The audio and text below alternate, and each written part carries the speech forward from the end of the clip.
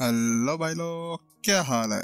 सभी को पता है कि मैं क्या बोलने वाला हूँ। जल्दी जाओ और यहाँ पर जल्दी से केवल अपने कितने कम से कम भाइयों ने बहुत ज्यादा सपोर्ट दिखाया है और 8 मेंबर्स हो चुके हैं, ठीक है। तो इसके अलावा हमारे पास में केवल एक वीक बचा हुआ है, उसके अंदर अपना जो टारगेट है उसको कंप्लीट करवा दो। इस बार केवल तुम्हारे ऊपर डिपेंड करता हूँ भाई, कुछ नहीं है, बस इस बार का जो टारगेट है वो कंप्लीट करा दो, अगली बार नहीं बोलूंगा। इसके अलावा नंबर 0 के एपिसोड्स थोड़े से कम हो रहे होंगे, तो उसके पीछे का कारण सभी को पता है कि अब यहाँ पर इसको हम फिनिश करने जा रहे हैं, तो ज्यादा एपिसोड्स के बचे नहीं है, तो थोड़ा चलने दो। और इसके अलावा हम इसको भी कर देंगे ज्यादा जल्दी, ज्यादा टाइम नहीं लगने वाला, मेरे हिसाब से 20 दिन मुश्किल से लगने वाले, ठीक है। 20 दिन का यहाँ पर नंबर 0 और बचा हुआ है, तो उसके बाद में अब पता नहीं क्या होना है और क्या नहीं होना है, क्योंकि नेक्स्ट स्टोरी अपने पास पड़ी हुई है। ऐसा भी हो सकता है कि नंबर 0 के एपिसोड अब सुबह से सुबह डाले जाएं और बाकी के हम मेंबर्स के लिए डालेंगे, ठीक है, शाम वाले एपिसोड्स। और इसके अलावा फिर जो हमारी नई स्टोरी स्टार्ट होगी वो भी आप लोग सुन सकते हैं। चलो फिर बिना किसी तरीके शुरू करते हैं हमारे एपिसोड को।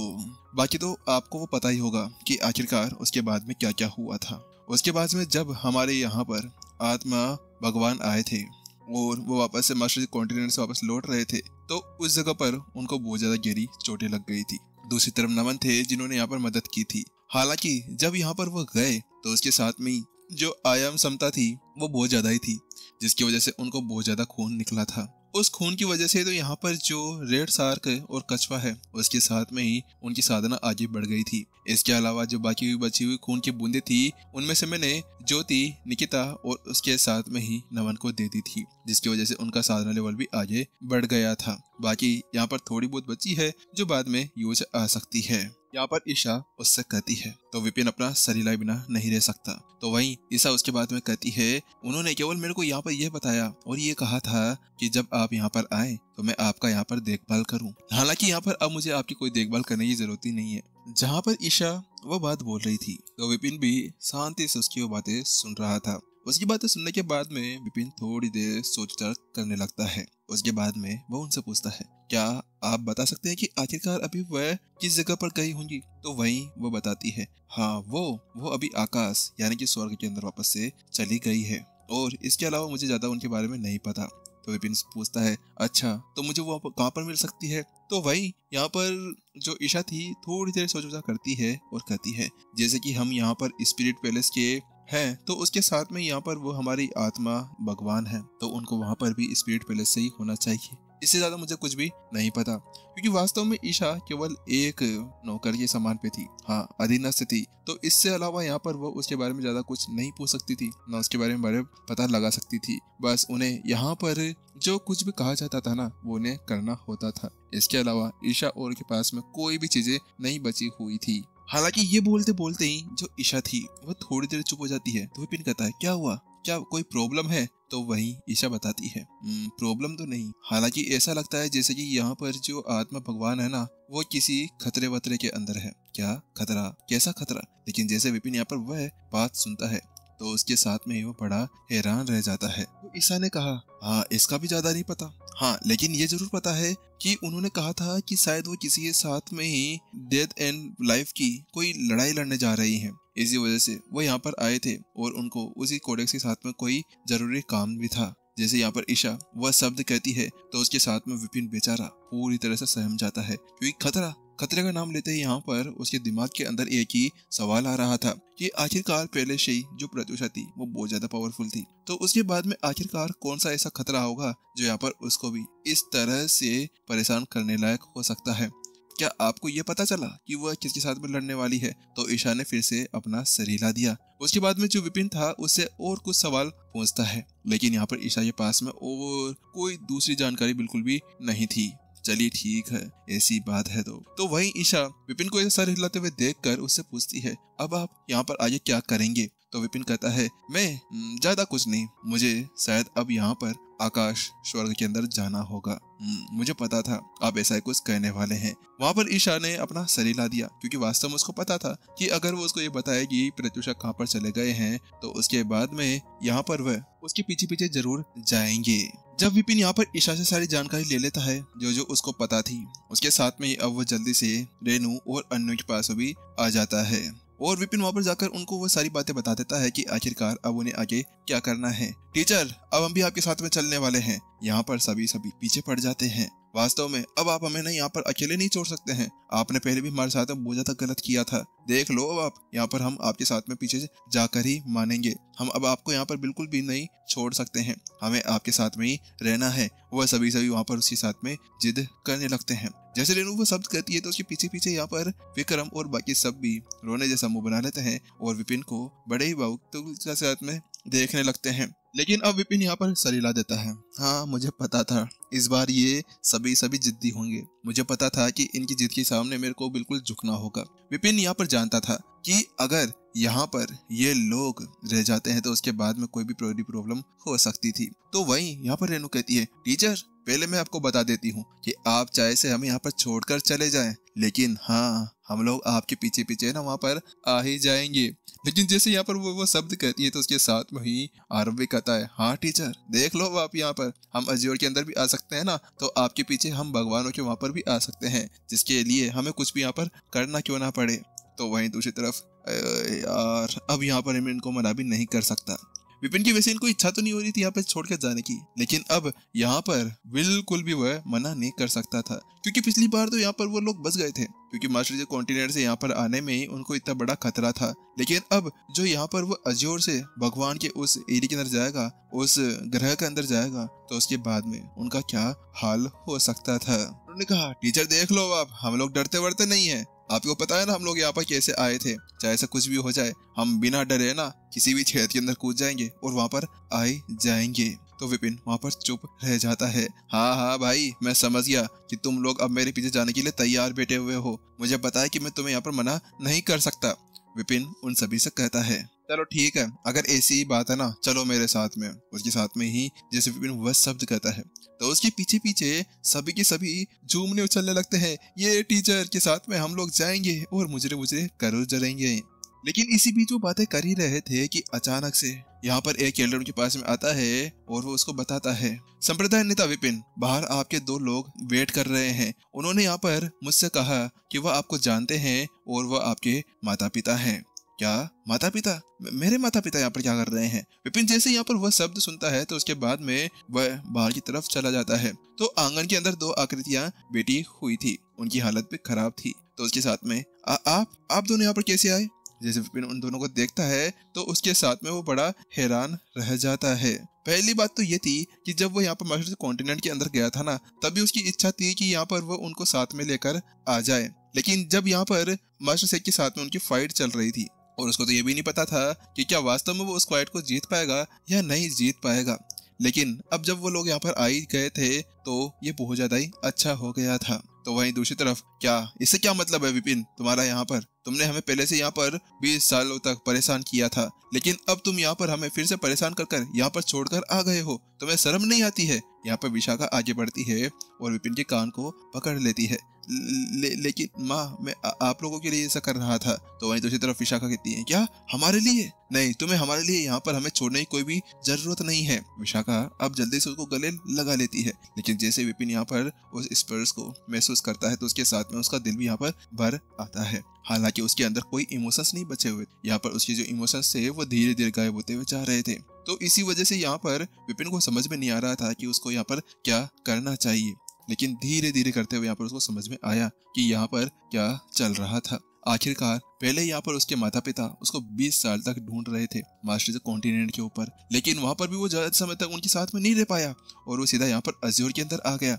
और उसके बाद में अगर यहाँ पर वो फिर से उनको छोड़कर यहाँ से चला जाता है तो वो बिल्कुल भी एक अच्छा बच्चा बनकर नहीं रह सकता था, क्योंकि अगर यहाँ से वो चला गया तो उसको ऐसा लग रहा था कि जैसे यहाँ पर अज्योर के अंदर 10 गुना समय चल रहा था, तो उसके साथ में ही जब वो यहाँ से आकाश के अंदर यानी स्वर्ग के अंदर चला जाएगा तो उसके बाद में वहां पर कैसा समय होगा, शायद 102। तो इसका मतलब ये था कि जब वो वहां पर 1 साल या 1 या कुछ महीने बिताएगा तो वो कम से कम 1000 साल के बराबर होगा। तो इसी वजह से विपिन भी अब यहाँ पर पिघल ही जाता है। वो कहता है, चलिए ठीक है, आप भी हमारे साथ में चलिए ना। वहां पर विपिन उनसे कहता है तो वहीं वो दोनों कहते हैं, हाँ बेटा, इसलिए तो हम तुम्हारे साथ में आए हैं। अब यहाँ पर हम हमारे आखिरी पल तुम्हारे साथ में जरूर बिताना चाहेंगे।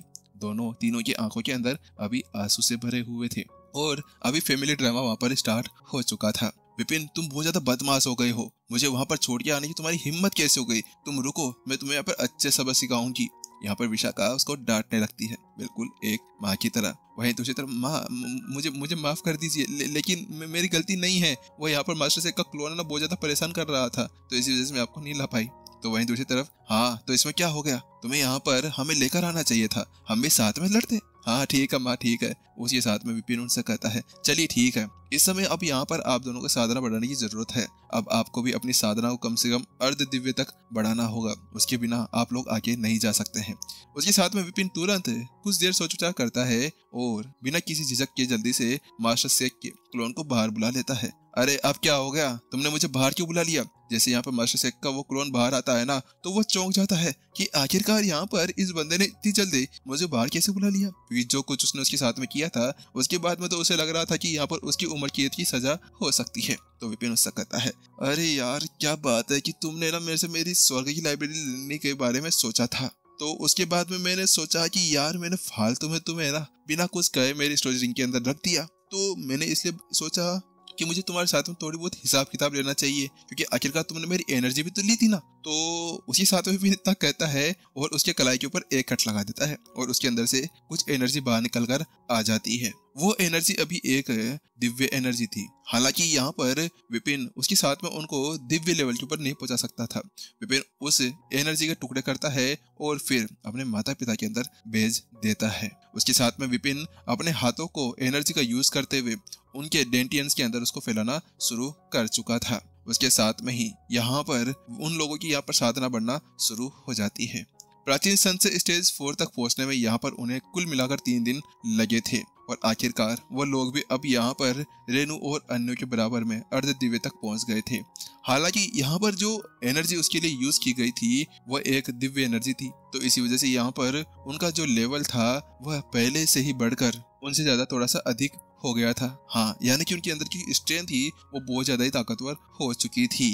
ठीक है माँ पिताजी ये लीजिए, मैंने आप लोगों के लिए यहाँ पर एक साधना मैनुअल बनाई है। विपिन इतना कहता है और उसके साथ में अपनी उंगली को आगे करते हुए यहाँ पर उनके दोनों के दिमाग के अंदर एक मैनुअल डाल देता है। ये एक तलवार कला थी जो गोड सोर्ड से बनाई थी और आखिरकार यहाँ पर विपुल और विशाखा दोनों के दोनों मास्टर कॉन्टिनेंट के शिखर के विशेषज्ञ थे। अगर उनको यहाँ पर तलवार कला सिखा दी जाए तो उसके बाद में उनकी प्रतिभा बहुत ज्यादा अच्छी तरह से बढ़ सकती थी। तो सीधे यहाँ पर वह लोग उसको सीखना शुरू कर देते हैं और जैसा विपिन ने सोचा था वास्तव में कुछ ही समय के अंदर उनकी जो प्रतिभा थी तलवार के अंदर वो बहुत ज्यादा खतरनाक हो चुकी थी। उन लोगों ने भी अब अपने अंदर यहाँ पर गोड सोर्ड को रख लिया था। लेकिन उसी बीच मालिक नहीं, आप मेरे को छोड़कर नहीं जा सकते। यहाँ पर अचानक से एक आवाज सुनाई देती है और उसके साथ में ही मोटा मोहन बोरा उठाकर यहाँ पर उसकी तरफ आने लगता है। अरे बोरा तो उसका पेड़ था। वह कहता है मालिक नहीं, आप मेरे को छोड़कर नहीं जा सकते। वो जाकर विपिन के पेड़ को पकड़ लेता है और कहता है मालिक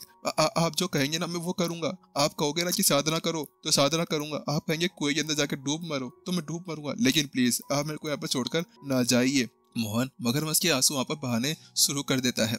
मोटा मोहन यानी उसको पता था कि अगर यहाँ पर वह रह जाता है ना तो उसके बाद में फिर से वो अपना रोप नहीं जमा पाएगा और वो विपिन के पीछे यहाँ पर किसी भगवान को भी है ना दो तमाचा लगा देता ना तो उसके बाद में कोई उसको कुछ नहीं कर सकता था। तो विपिन ने कहा हाँ ठीक है रुको यहाँ पर ही, मैं तुम्हें भी यहाँ पर अपने साथ में ले जाऊंगा। तो वहीं दूसरी तरफ विपिन ने अपना सिर हिला दिया।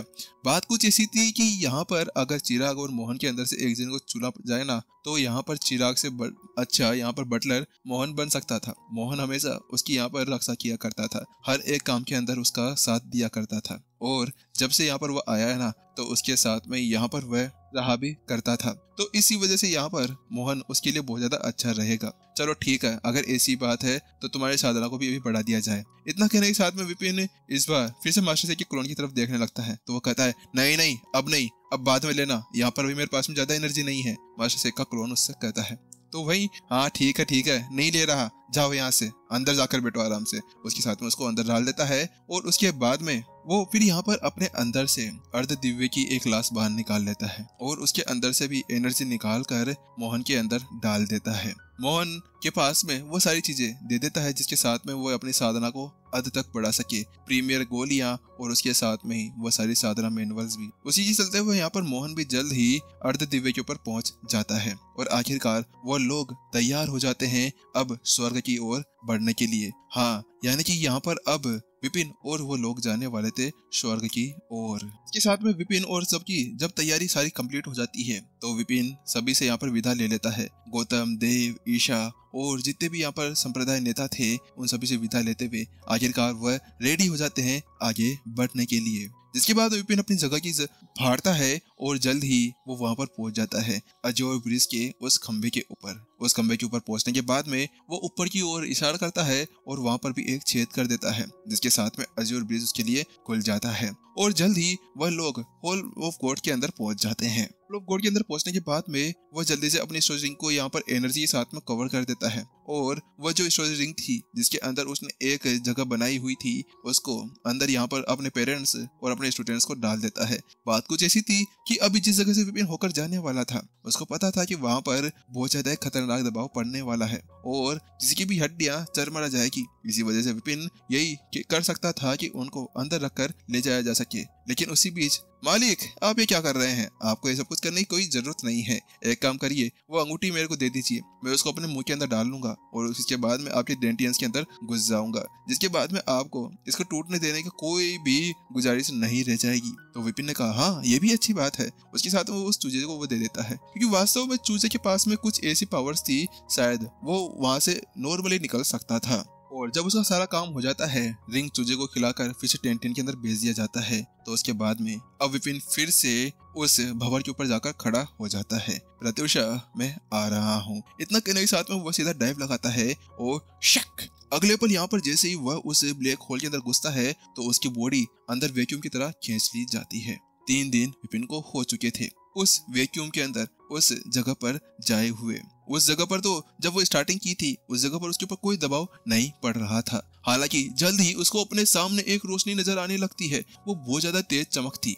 उसके साथ में ही चलो आने वाला हूँ। लेकिन उसी बीच शक शक शक यहाँ पर अगला के पल यहाँ पर उसके बहुत सारे अटैक्स होने शुरू हो जाते हैं। ये कुछ इस तरह से जैसे कि एक परीक्षा ली जा रही हो। तो वही विपिन जल्दी से अपने गोल्ड सोर्ड का यूज करता है और तलवार क्यूई को अपने चारों तरफ लगा लेता है डैंग डैंग डैंग। और उसके साथ में यहाँ पर तलवार क्यूई के ऊपर बहुत खतरनाक अटैक होने लगते हैं और कुछ दूर बाद में विपिन अपने आप को कंट्रोल करते हुए अगले पल विपिन अपने जगह से यहाँ पर गायब हो जाता है। और उसके साथ में ही यहाँ पर होता है हमारा सीजन 7 फिनिश। अब सीजन 8 हमारा स्टार्ट होने वाला है। चलो देखते हैं कि सीजन 8 के अंदर क्या होगा और देखते हैं कि सीजन 8 के लिए कौन व्याकुल होगा। चलो ठीक है जल्दी करो और यहाँ पर मेंबरशिप ले लो ताकि हम सीजन 8 भी स्टार्ट कर सके। और अब तुम लोग बोल रहे होंगे भाई बड़ा लालची हो रहा है, तो लालची नहीं हो रहा भाई, इस बार क्या है थोड़ा बहुत टारगेट है ना कम पड़ रहा है, तो इसी वजह से यहाँ पर टारगेट तो कंप्लीट कर रहे हैं इस बार का। इसी वजह से मैं आप लोगों को बोल रहा हूँ कि बस ये करवा दो, उसके बाद में सब फिनिश है। बस ये अपना लास्ट वीक बचा हुआ है तो इसी वजह से ब्रोंज वाला भी हमने स्टार्ट कर दिया। भाई लोग ब्रोंज और इसके अलावा अपना वो भी ऊपर वाला भी सिल्वर वाला वो भी ले लिया करो, ठीक है, क्योंकि उसके अंदर 2 एपिसोड आते हैं और इसमें सिंगल एक एपिसोड आता है। अब आप लोगों को देखना है क्या करना है क्या नहीं करना है। चलो मिलते हैं, सायोनारा टाटा बाय बाय नेक्स्ट एपिसोड के अंदर सीजन 8 में।